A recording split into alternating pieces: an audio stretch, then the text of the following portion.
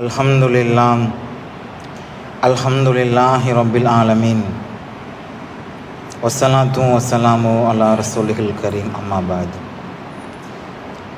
அல்லாஹுடைய அன்பும் மேலான கருணையும் நம் எல்லோருக்கும் வந்து சேரட்டுமாக. நம் உயிரிலும் மேலான சையதுல் பஷர் முஹம்மது ரசூல் ஸல்லல்லாஹு அலைஹி வஸல்லம் அன்னவரின் அன்பையும் பண்பையும் ஷஃபாத்தையும் பெறுவதற்குள்ள ரஹ்மான் நாம் யாவருக்கும் தௌஃபீக் செய்தல் புரிவானாக. நம்மளையெல்லாம் அண்ணல் பெருமானார் ஸல்லல்லாஹு அலைஹி வஸல்லம் அன்னவருடைய உம்மத்திலே சங்கமித்து நல்ல முறையில் நின்று வழிபடக்கூடிய பாக்கியத்தை தந்திருக்கின்றான். அல்ஹம்துலில்லாஹ். அதிலேயும் குறிப்பாக ரஹ்மத்துல் ஆலமீன் சொல்லக்கூடிய உம்மத்து மட்டுமல்லாமல் சுலபமான முறையில் அமல்களை செய்து சொர்க்கத்தை அடையக்கூடிய கூட்டத்தாகவும் நம்மளை அல்லாஹ் ஆக்கியிருக்கின்றான். அல்ஹம்துலில்லாஹ். இந்த சமுதாயத்திலே பெருமானார் ஸல்லல்லாஹு அலைஹி வஸல்லம் அவர்களும் அல்லாஹு தாலாவும் மனிதனுடைய படைப்பினங்களிலே ஒரு மிக ஆகச் சிறந்த அமல் என்பது அஸ்ஸலா, தொழுகை. நம்முடைய வாழ்க்கையில் மரணித்த பின்பு முதலில் கேட்கப்படக்கூடிய கேள்வியும் தொழுகைதான்.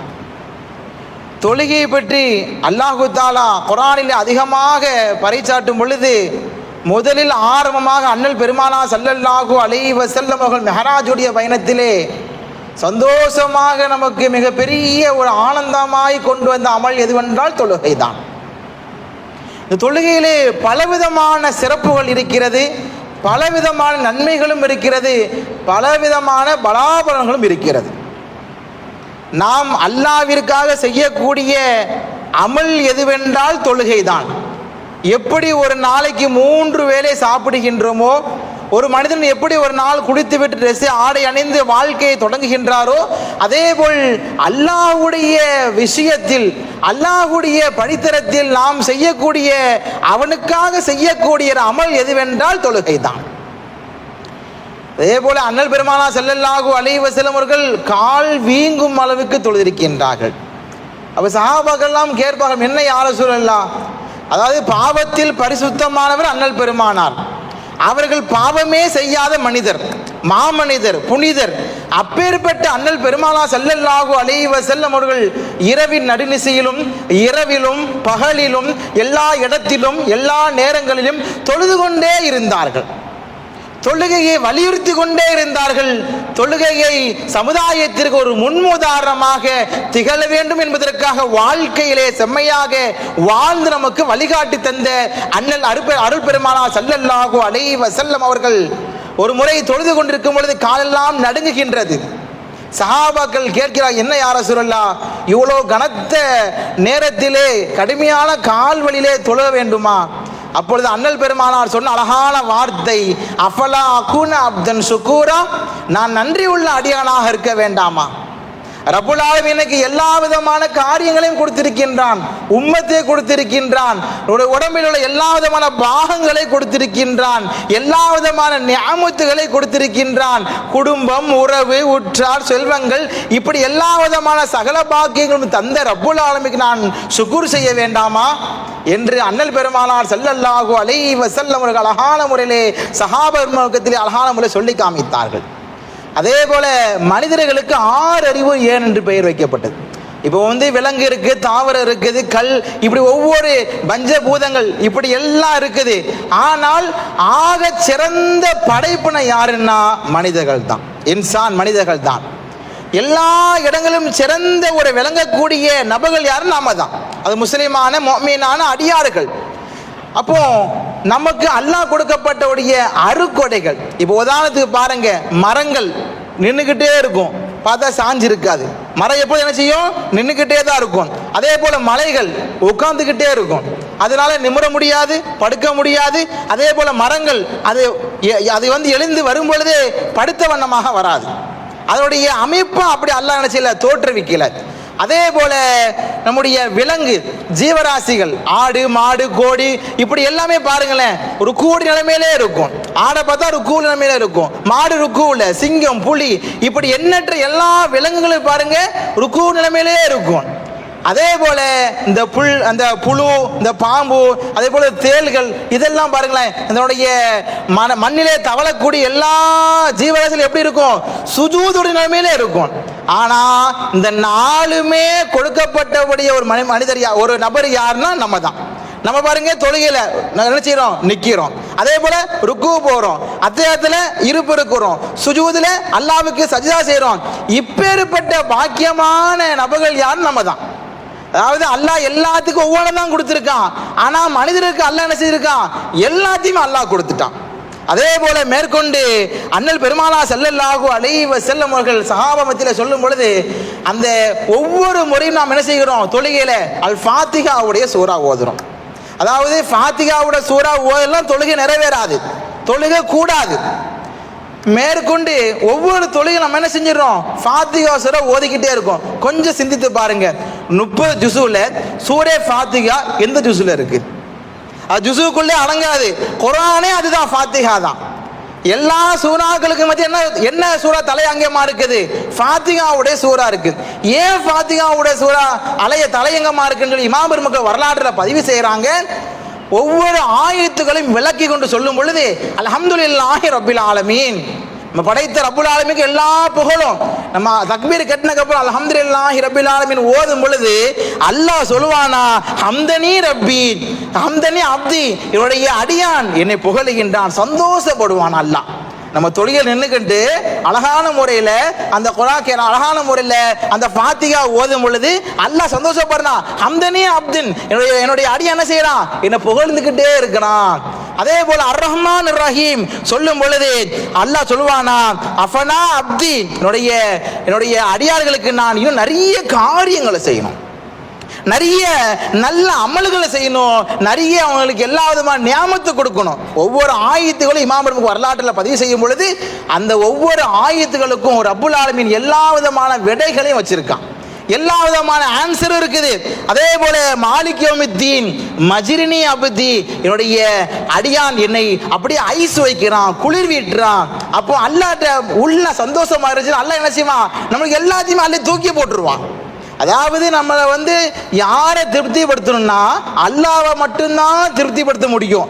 இந்த உலகத்தில் வாழக்கூடிய எந்த மனிதர்களுமே பிற மனிதர்களை ஒருபோதும் திருப்திப்படுத்த முடியாது. நம்ம எல்லாரும் கவனிச்சிருப்போம், அவருடைய அமல்களில், அவருடைய அகலாக்கில், அவருடைய குணாதிசயங்களில் பார்க்கும் பொழுது ஏதாவது மனிதனை நம்ம திருப்திப்படுத்த நம்ம நினைப்போம், ஆனால் திருப்திப்படுத்த முடியாது. உதாரணத்துக்கு பாருங்களேன், இப்போ திருமண வைபவம் நடக்குது. அங்கே நடக்கும் பொழுது அழகான முறையில் சாப்பாடு, எல்லா விதமான ஆகாரங்கள்லாம் கொடுத்தாச்சு, அங்கேயும் குறை இருக்கும். அதே போல சமுதாயத்தில் சேவைகள் செய்யும் பொழுது பரிபூர்ணமான சேவைகள் செய்தால் அங்கே என்ன செய்யும்? குறை இருக்கும்.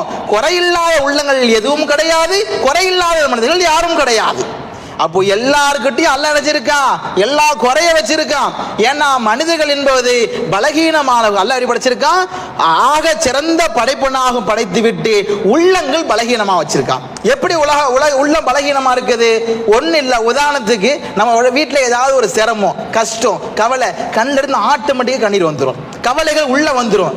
மனிதர்கள் ஸ்ட்ராங்கா இருப்போம், அழகான படைப்பினம் தான், ஆனா உள்ள அல்லாஹ் அப்படி படைக்கல, பலகீனமா படைச்சிருக்கான் எல்லா மனிதர்களுமே. அப்படி இருக்கும் பொழுது ஒவ்வொரு மனிதர்களுக்கும் ஒவ்வொரு கொடைகளை அல்லாஹ் படைச்சிருக்கான். ஆனா நம்ம என்ன செய்யறோம்? அது அல்லாஹ் மறைத்து நம்ம இடத்துல அகலாக்கூடிய குணாதிசயங்கள் என்ன செய்யறான்? வெளிப்படுத்தின ஜொலிக்க வைக்கிறான்.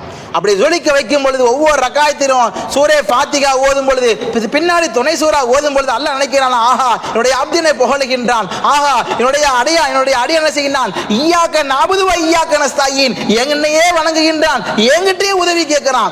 அவன் அப்படியே ஒவ்வொரு ஆயத்தை நம்ம எல்லாம் ஓதும் பொழுது அல்லாஹ் என்ன செய்யறான்னா நம்மளை பார்த்து ரசிச்சுக்கிட்டே இருக்கிறான், அப்படியே ஒரு ஆனந்தப்பட்டுக்கிட்டே இருக்கான். எதுல?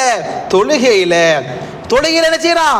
அழகான முறையில் நம்மளுக்கு அமல்கள் செய்யும் பொழுது என்ன செய்யறான்? அல்லாஹ்வுக்கு பிடித்தமான அடியார்களாக ஆக்குகின்றான்.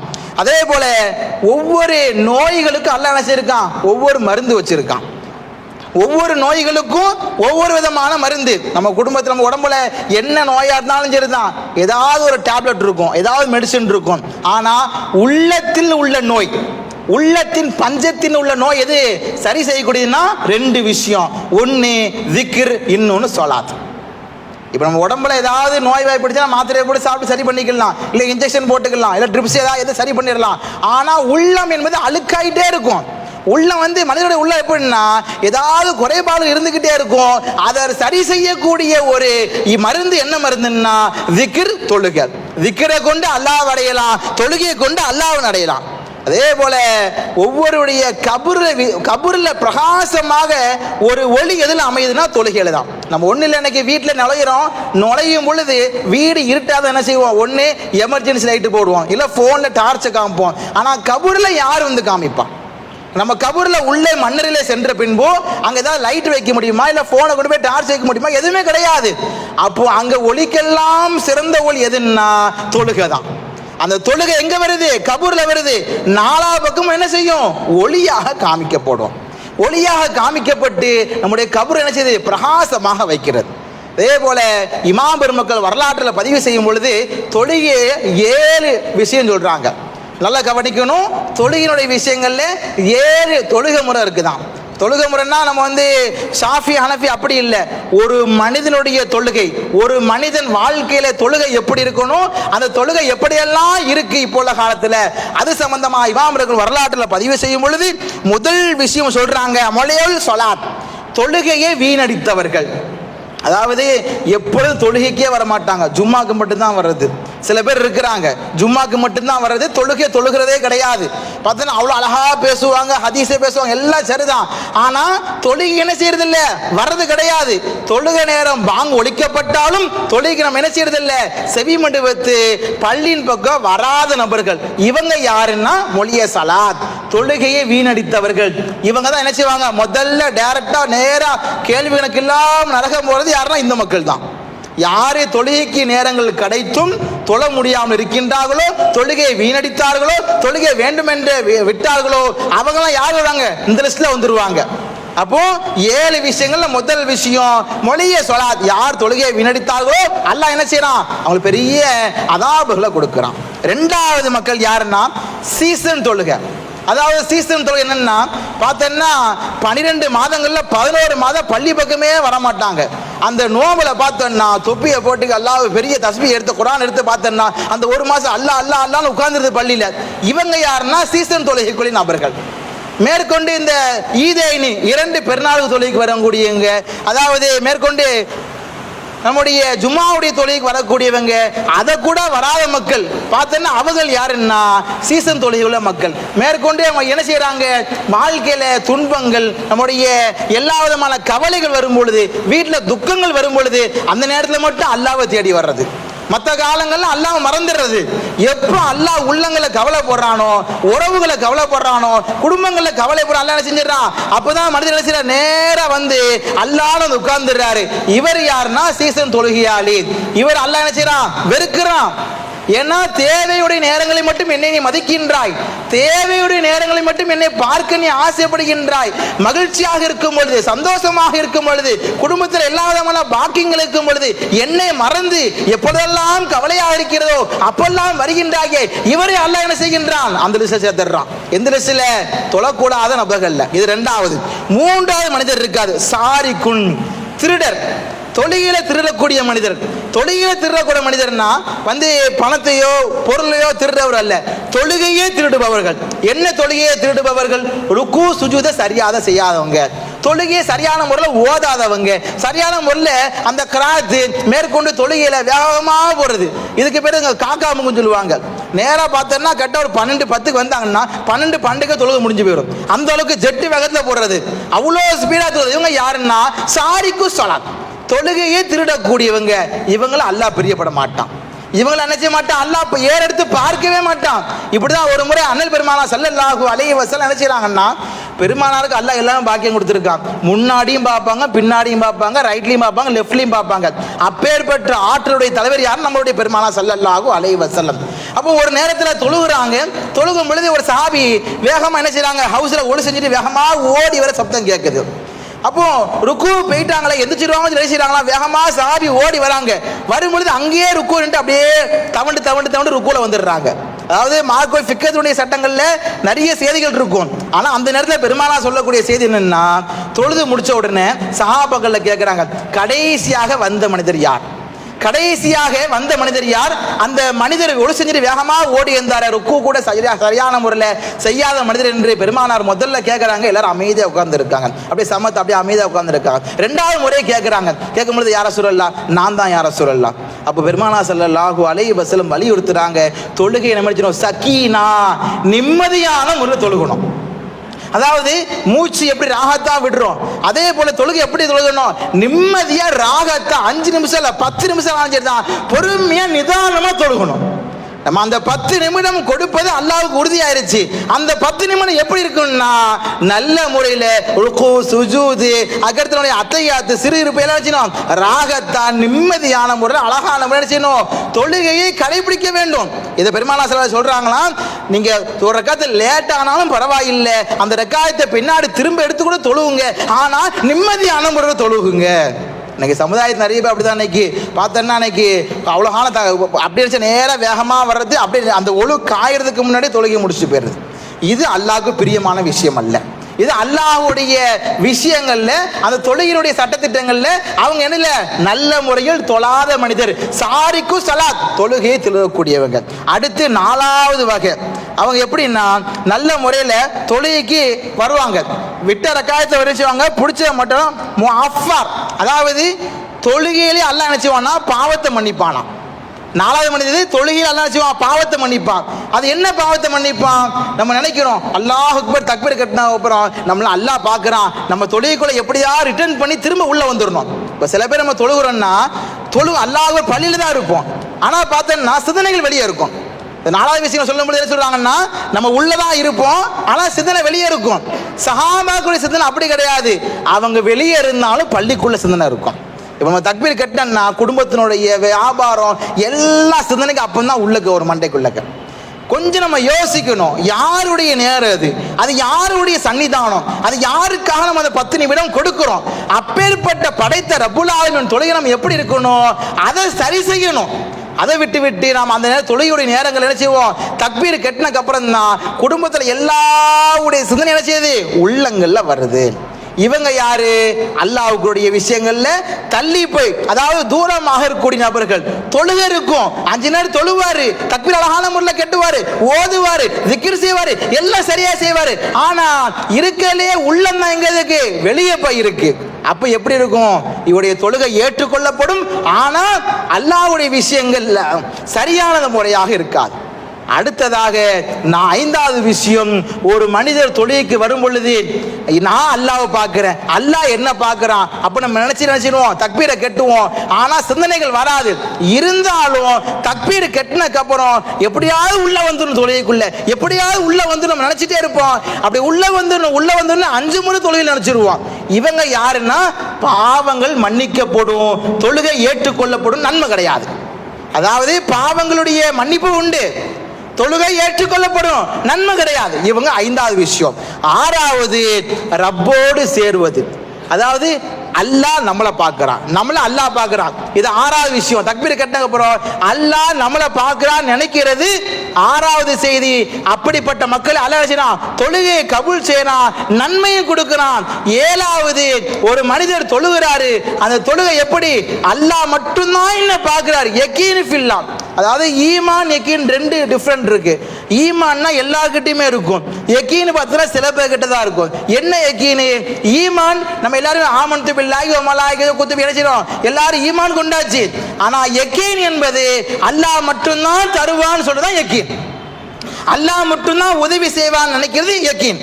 ஈமான் அப்படி இல்லை, ஒரு முயற்சி பண்ணுவோம், வேற வழியை வச்சிருப்போம், ஆனா யகீன் என்பது அப்படி கிடையாது. தொழுகையில உட்காருவோம், சிரமம் இருக்கும், கவலைகள் இருக்கும், துக்கம் இருக்கும், எல்லா விதமான கஷ்டங்கள் இருக்கும், நம்ம பள்ளியில உட்காருவோம், என் ரப்பு அல்லாஹ்வை தவிர வேற யாரும் தரமாட்டான்னு வைக்கிறது என்னது, யகீனு ஃபில்லா. இது யாராவது 7வது லிஸ்ட். இவங்க நேரம் எப்படி, இவங்க தான் சாலிஹீன் பெருமக்கள், நாதாக்கள், நல்லோர்கள். யார் இவங்க? 7வது, நம்ம அல்லாஹ்வை பார்க்கலாம் நினைச்சது மட்டுமல்ல, அல்லாஹ் பார்க்கிறான். இதுக்கு உதாரணம் அழகா சொல்லுவாங்க, அபூபக்கர் சித்திக் ரலியல்லாஹு அன்ஹு தக்பீர் கட்டினாங்கன்னா தாரதாரையா கண்ணீர் வடிக்குமா. அல்ஹம்துலில்லாஹ் சூரா ஓத ஆரம்பிச்சு அவங்க சின்ன சூரா ஓதாலும் சரிதான், தொழுக முடிகிற வரைக்கும் எப்படி இருக்குன்னா அப்படியே அழுதுகிட்டே தொழுவாங்களாம். யாரு? அபூபக்கர் சித்திக் ரலியல்லாஹு அன்ஹு. என்ன காரணம்? அபூபக்கர் அல்லாஹ் பார்க்கிறான், அந்த எண்ணம் உள்ளத்துல வந்துச்சு. அந்த எண்ணத்தின் மூலியமாக ரப்புல் ஆலமீன் முன்னாடி இருக்க நினைச்சாங்க. அப்படி அழகான முறையில் தொழுகையை கடைபிடிக்க ஆரம்பிச்சாங்க.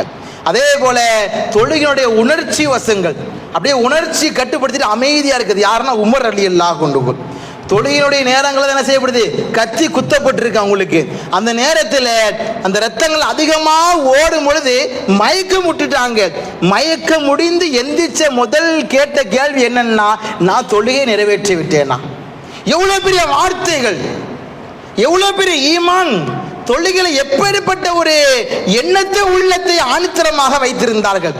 அதனாலதான் கத்தி குத்தப்பட்டு கொல்லப்பட்ட நிலைமையிலும் அவர்கள் சிறு நினைப்பு வந்தவுடனே நான் தொழுது விட்டேனா, தொழுகையை பரிபூர்ணம் செய்து விட்டேனா? உடனே சஹாபாக்கள் இல்லை, உடனே அந்த ஒழு செய்யக்கூடிய தண்ணீரை எடுத்துவார்கள். ரத்தம் வழிந்து ஓடி கொண்டிருக்கின்றது.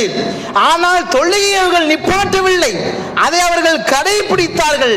இதுவெல்லாம் நம்முடைய சமுதாயத்திற்கு ஆணித்தரமாக காமிக்கக்கூடிய முதல் செய்தி என்னன்னா, நம்ம எந்த கவலையாக இருந்தாலோ, எவ்வளோ சிரமங்கள் இருந்தாலோ, எவ்வளோ வேலைகள் என்ன செய்யணும், முதல்ல சரியான முறையில் தொழுகையை நிலைநாட்ட வேண்டும்.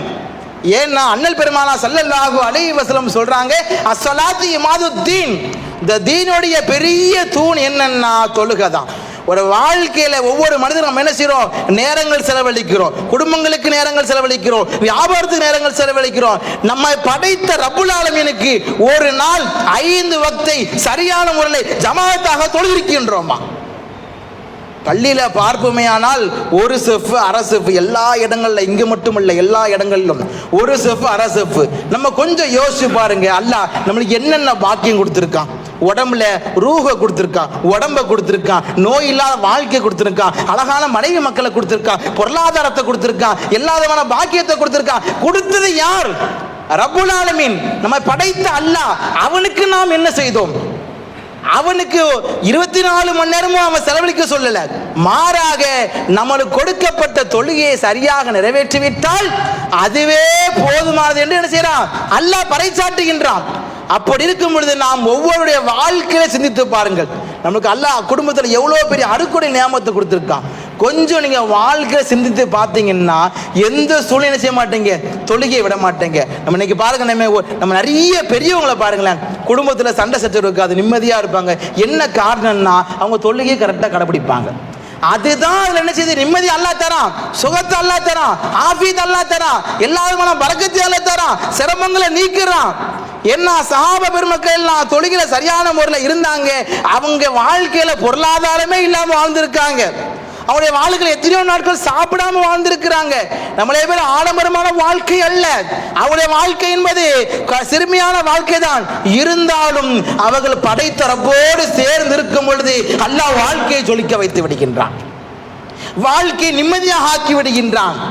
அதுதான் அல்லாஹ் நம்மளை பார்க்க, நம்ம அல்லாஹ் பார்க்கிறோம். இந்த விஷயம் வந்துட்டுனாலே போதும், நம்ம குடும்பங்களில் என்ன சிரமம் அல்லாஹ் நினைச்சிடான், நீக்கிடுறான். இந்த தொழிலுடைய பிளஸ் அது நன்மைகள் என்னன்னா, இமாம் வரலாற்றை பதிவு செய்யும் அழகா சொல்லுவாங்க, ஒரு மனிதர் அப்படியே அமைதியாக சக்கீனாவோடு எந்த வேலையாக இருந்தாலும் தொழுதுட்டா போதும், அவருக்கு அல்லாஹ் என்ன செய்யறான்? கடன் இருக்கா, கவலை இருக்கா, குடும்பத்தை நிம்மதி இல்லாமல் இருக்கா, எல்லாத்தையும் அல்லாஹ் செய்யறான், அந்த தொழுகையை கொண்டு பரிபூர்ணமாக ஆக்கி விடுகின்றான். அப்போ எவ்வளோ பெரிய நன்மை இதில் பார்த்தீங்களா? தொழுகையில் தான். அப்போ கண்ணியமானவர்களே, நீங்கள் எல்லாம் குடும்பத்தில் யோசிக்க வேண்டும்.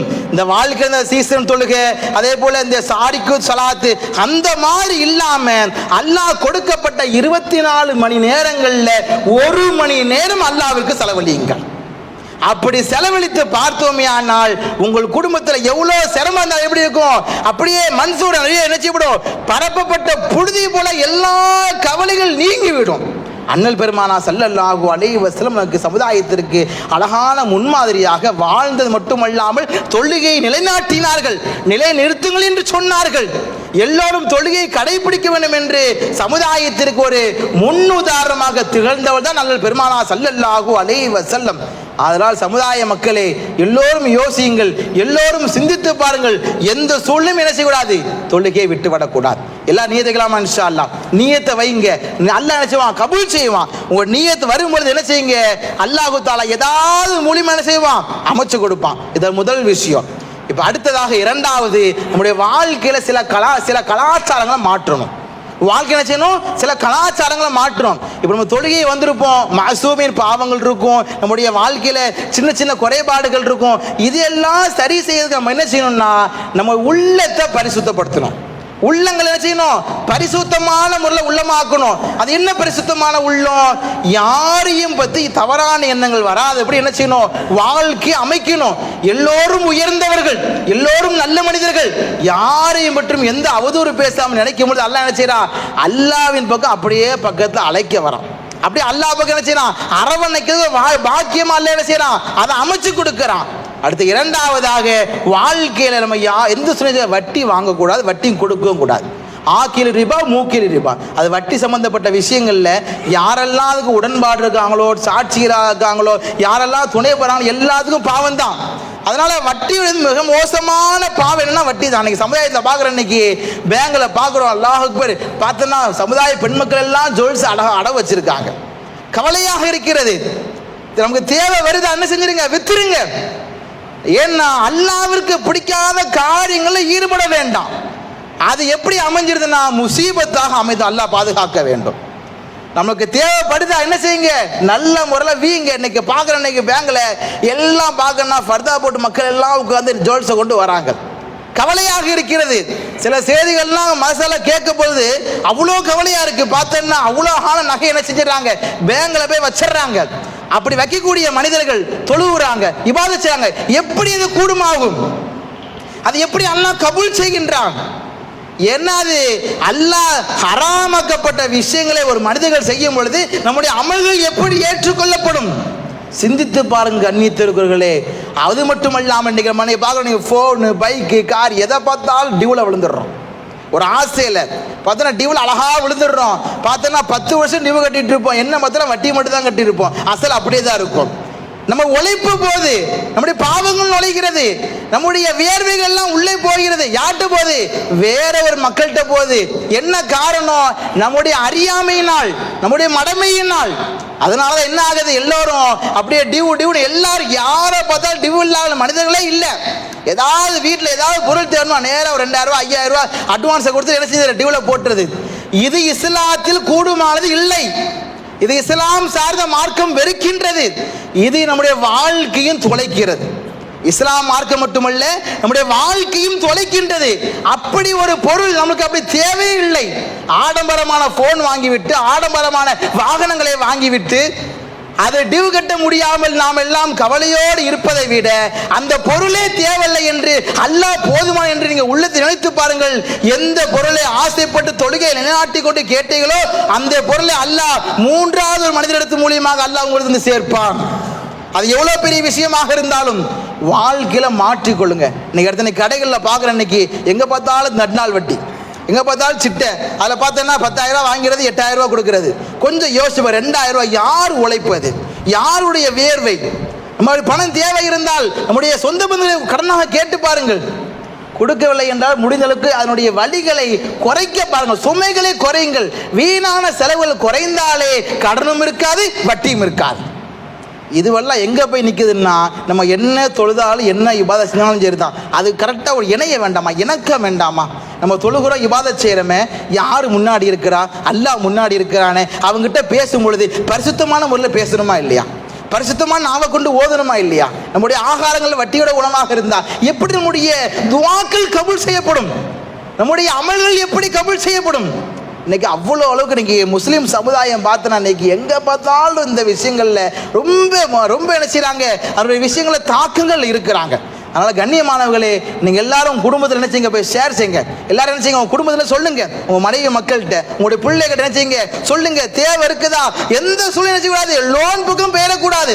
இந்த ஹவுஸ் லோன் நம்ம தெரிஞ்ச ஒரு நபர் ஒரு முந்தாவது வந்து புலம்புறாரு, கிட்டத்தட்ட 20 வருஷத்துக்கு முன்னாடி லோன் எடுத்தாராம், இன்னும் வட்டியை கட்டி முடிச்ச பாடு இல்லையா? பாவம் அந்த மனிதர் 20 வருஷமா வீட்டில் இருந்துட்டாரு. அசல் பார்த்தா அப்படியே தான் நிற்கிற. எவ்வளோ வாங்கியிருக்காரு? 10 லட்ச ரூபா வாங்கியிருக்காரு. வட்டி எவ்வளோ கட்டிருக்காரு? 20 லட்ச ரூபா கட்டியிருக்காரு. இதுவெல்லாம் இஸ்லாம் மார்க்கம் அனுமதிக்கல. அண்ணல் பெருமானார் என்ன செய்யறாங்க, இதை அனுமதிக்கல. அது அப்படியே ரொம்ப மோசமான வழி என்பதாக அண்ணல் பெருமானார் சமுதாயத்துக்கு ஒரு முன்னாடி காமிச்சாங்க. அதாவது கண்ணியமானவர்களே, குடும்பத்தை எல்லாரும் சொல்லி என்ன செய்யுங்க, இதெல்லாம் மாற்றுங்க இன்ஷா அல்லாஹ். வாழ்க்கையில மாற்றுறதுக்கு முயற்சி செய்யுங்க இன்ஷா அல்லாஹ். முதல் விஷயம் என்ன செய்யணும், எல்லாரும் தொழில் கரெக்டாக வந்துடணும். அது என்ன வேலையாக இருந்தாலும் சரிதான், எந்த நேரமாக இருந்தாலும் சரிதான், எவ்வளோ பழுவாக இருந்தாலும் செஞ்சணும். ஃபஜர், லுஹர், அசர், மகரிப், இஷா எங்க கிடைக்கிற முஸல்லா பிரிச்சு தொழுதுறணும் இன்ஷா அல்லாஹ். முதல்ல நியத்து வைங்க. ரெண்டாவது திக்ரோட வாழுங்க. அது எல்லாம் நினைச்சு உங்க மனசு அப்படியே அல்லாஹ் பக்கம் சேர்க்கக்கூடிய வழியா இருக்கும். மூன்றாவது உள்ளங்களை பரிசுத்தப்படுத்திக்கோங்க. நாலாவது வட்டியினுடைய அந்த அனாச்சாரங்களுக்கு நினைச்சுக்கோங்க, தவிர்ந்து இருக்கோங்க, தடுத்துருங்க இன்ஷா அல்லாஹ். அப்படி செஞ்சிட்டீங்கன்னா அல்லாஹ் என்ன செய்வான்? நிம்மதியான வாழ்க்கையை தருவான். செய்யலாமா இன்ஷா அல்லாஹ்? எதை கேட்டோமோ அதை பிரகாரம் அமல் செய்யக்கூடிய பாக்கியத்தை நம்ம எல்லோருக்கும் அல்லாஹ் நசீபாக்குவானாக. அல்லாஹ்விற்கு பிடித்தமான முறையில் வாழக்கூடிய பாக்கியத்தை நம்ம எல்லோருக்கும் தந்தல் புரிவானாக. பாவங்களிலிருந்தும் தேவையில்லாத காரியங்களிலிருந்தும் நம்மையும் நம் குடும்பத்தையும் அல்லாஹு தஆலா பாதுகாத்தது மட்டுமல்லாமல் அண்ணல் பெருமானா ஸல்லல்லாஹு அலைஹி வஸல்லம் எதை சொன்னார்களோ அதன் பிரகாரம் பின்பற்றக்கூடிய மக்களாக நம்மை நம் சமூகத்தையும் அல்லாஹ் ஆக்கியல் புரிவானாக. நல்ல துஆவுடன் உங்களுடைய துஆவை ஆதரவைத்த வண்ணமாக என்னுடைய வார்த்தையை நிறைவுபடுத்துகின்றேன். அஸ்ஸலாமு அலைக்கும் வரஹ்மத்துல்லாஹி வபரகாத்துஹு.